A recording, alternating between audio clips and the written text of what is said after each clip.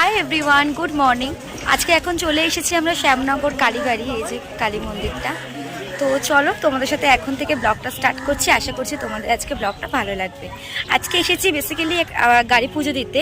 এছাড়া আজকে পৌষ মাস অলরেডি পড়ে গেছে, মায়ের কাছে পুজো দেবো। খুব ভালো একটা দিন, আর দেখো কি সুন্দর একটা মেলা বসেছে।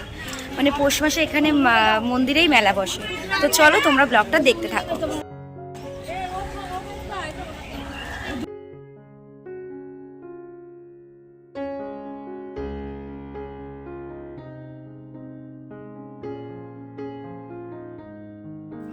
গেছিলাম হচ্ছে দাদার গাড়ি পুজো দিতে। বিয়ে বাড়িতে এসেছিলাম শ্যামনগরে, তো ভাবলাম শ্যামনগরে মায়ের দর্শনও একটু করে যাই।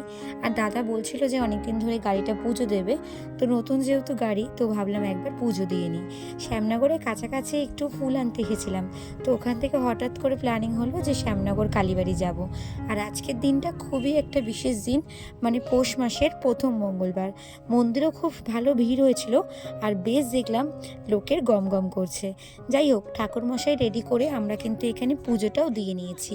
খুব সুন্দরভাবে পুজো হলো, আর মায়ের দর্শনও কিন্তু আমরা ভীষণ ভালোভাবে করেছি। এদিকে দেখো গাড়ি পুজো করছে। সবে পৌষ মাস পড়েছে, আর মন্দিরের ভিতরেই যেহেতু মেলা বসে, খুব সুন্দরভাবে মন্দিরের ভিতরটা সাজিয়েছে। আর মেলাতেও কিন্তু খুব দারুণ দারুণ জিনিস বসেছে।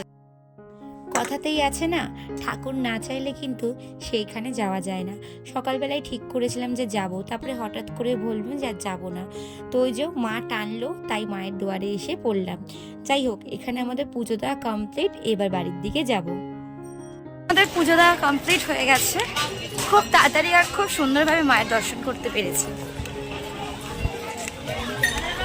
চলো টাটা, আমরা পুজো দেওয়া আমাদের কমপ্লিট। চলো আজ তাহলে আসি, আবার দেখা হবে নেক্সট ব্লগে।